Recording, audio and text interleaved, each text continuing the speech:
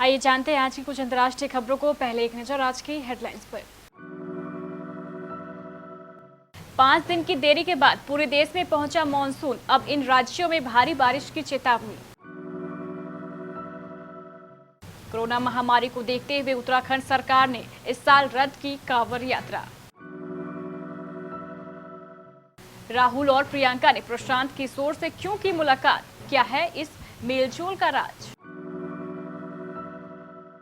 चिंता, अफगानिस्तान में अमेरिका हारा, अब क्या सीरिया जैसे होंगे हालात। कोरोना की तीसरी लहर रोकने के लिए लापरवाही से बचे, पीएम मोदी ने जताई गंभीर चिंता। पाकिस्तान में आतंकी हमला, खैबर पख्तूनख्वा में दहशतगर्दों के हमले में आर्मी के कैप्टन सहित 12 जवानों की मौत, 15 घायल। काबुल एयरपोर्ट को लेकर तालिबान ने तुर्की को दी धमकी, कंधार में मारकाट जारी। एविएशन सेक्टर में अडानी की मजबूत पकड़। माधुरी से 5 लाख का चेक मिलने पर हैरान थी शगुफ्ता अली, बोली मेरे पास शब्द नहीं। और यशपाल शर्मा के निधन से दुखी रणवीर सिंह, जतिन सरना क्रिकेटर के नाम लिखा इमोशनल पोस्ट। 5 दिनों की देरी के बाद दक्षिण पश्चिम मानसून मंगलवार को आखिरकार पूरे देश में छा गया। भारतीय मौसम विज्ञान विभाग ने यह जानकारी दी है। आमतौर पर दक्षिण पश्चिम मानसून पूरे देश में 8 जुलाई को पहुंच जाता है, लेकिन इस बार यह कुछ देरी से पहुंचा। इससे पहले मानसून के पूरे देश में छाने की संभावना सामान्य तारीख 15 जुलाई बताई गई थी। पिछले साल मौसम विभाग ने कई क्षेत्रों के लिए इसकी शुरुआत की तारीख को संशोधित किया था। सोमवार को मानसून दिल्ली को छोड़कर अपने आखिरी पड़ाव राजस्थान के जैसलमेर और गंगानगर जिले तक पहुंच गया था। उत्तराखंड सरकार ने कांवड़ यात्रा को लेकर चल रहा असमंजस दूर कर दिया है। सरकार ने प्रदेश में कोरोना के डेल्टा प्लस वेरिएंट की पुष्टि होने और संक्रमण की तीसरी लहर की आशंका के मद्देनजर कांवड़ यात्रा को स्थगित करने का निर्णय लिया है। मुख्यमंत्री पुष्कर सिंह धामी ने कहा कि हरिद्वार को कोरोना महामारी का केंद्र नहीं बनाया जा सकता। आमजन का जीवन बचाना सरकार की प्राथमिकता है, इसलिए यात्रा को स्थगित करने का निर्णय लिया गया है। एक बार फिर कांग्रेस प्रशांत किशोर से नजदीकियां बढ़ा रही है। मंगलवार को पार्टी के पूर्व अध्यक्ष राहुल गांधी और महासचिव प्रियंका वाड्रा गांधी ने प्रशांत किशोर से भेंट की है। हालांकि प्रशांत किशोर पहले ही साफ कर चुके हैं कि वह चुनाव प्रचार अभियान के रणनीतिकार का काम छोड़ चुके हैं। ऐसे में बड़ा सवाल है कि राहुल और प्रियंका ने प्रशांत किशोर से क्यों मुलाकात की। उल्लेखनीय है कि कांग्रेस ने 2017 में प्रशांत किशोर की सलाह से उत्तर प्रदेश विधानसभा चुनाव में झंडा फहराने का निर्णय लिया था।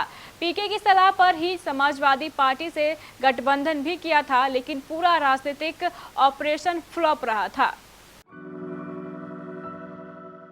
भारत के कूटनीति और अंतर्राष्ट्रीय मामलों के विशेषज्ञों का मानना है कि अमेरिका अफगानिस्तान में हार गया। तालिबान के सैन्य कमांडर हाजी हिकमत काफी पहले ही घोषणा कर चुके हैं कि अमेरिका अफगानिस्तान से हार गया है। पिछले सप्ताह अमेरिका ने गुपचुप तरीके से अपने सैनिकों को वापस बुला लिया और तब से दुनिया के आधा दर्जन से अधिक देशों में हड़कंप की स्थिति है।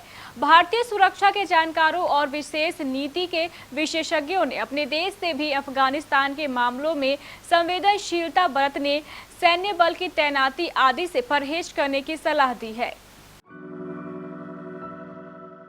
पर्यटन स्थलों और बाजारों में बिना मास्क पहने और शारीरिक दूरी के मापदंडों का पालन किए बिना लोगों की भीड़ पर प्रधानमंत्री नरेंद्र मोदी ने गंभीर चिंता जताई है। तीसरी लहर को रोकने के लिए आम लोगों से सजगता, सतर्कता और कोरोना प्रोटोकॉल के पालन को जरूरी बताते हुए प्रधानमंत्री ने कहा कि जरा सी लापरवाही से संक्रमण में उछाल आ सकता है। पूर्वोत्तर भारत के कई जिलों में कोरोना संक्रमण दर में बढ़ोतरी का हवाला देते हुए उन्होंने इसके संकेत को समझाने की जरूरत बताई है। पाकिस्तान के खैबर पख्तूनख्वा में एक बड़ा आतंकी हमला हुआ है। इस हमले में पाकिस्तानी आर्मी के एक कैप्टन समेत 12 जवानों की मौत हो गई है। 15 के घायल होने की भी खबर आई है।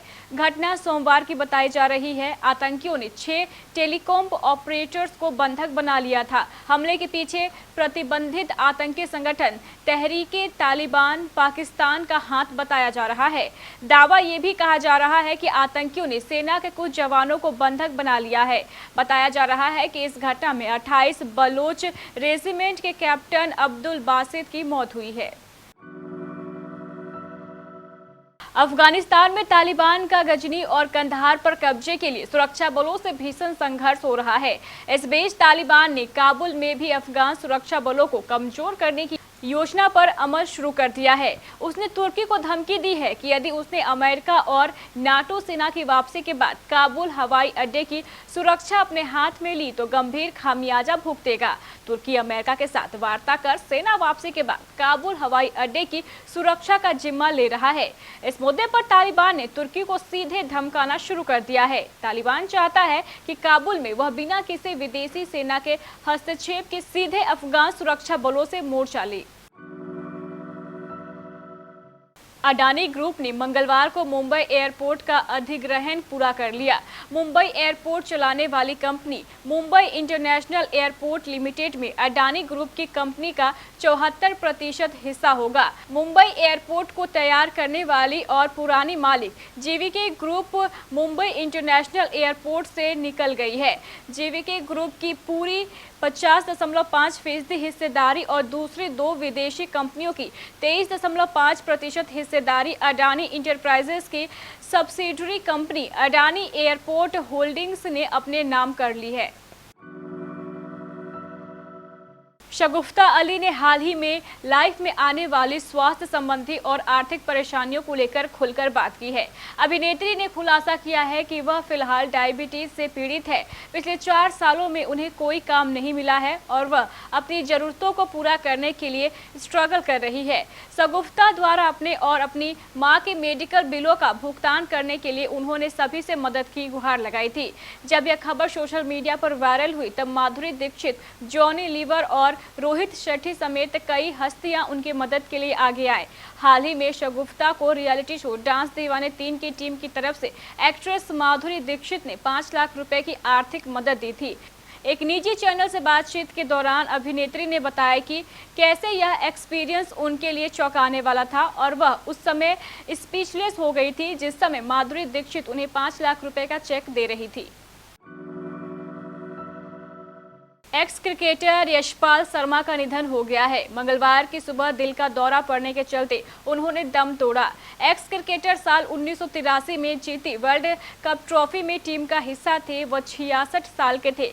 बता दें कि यशपाल शर्मा 1983 में वर्ल्ड कप जीतने वाली टीम का हिस्सा रहे थे। 83 का हिस्सा रहे जो अभी तक रिलीज नहीं हुई है। 83 की ऐतिहासिक जीत पर फिल्म बनकर तैयार है जिसमें यशपाल का रोल एक्टर जतिन सरना कर रहे हैं। इस फिल्म के एक्टर्स भी यशपाल के जाने से सदमे में है। यशपाल के गुजर जाने पर एक्टर जतिन सरना ने फोटो शेयर करते हुए इमोशनल पोस्ट लिखा है।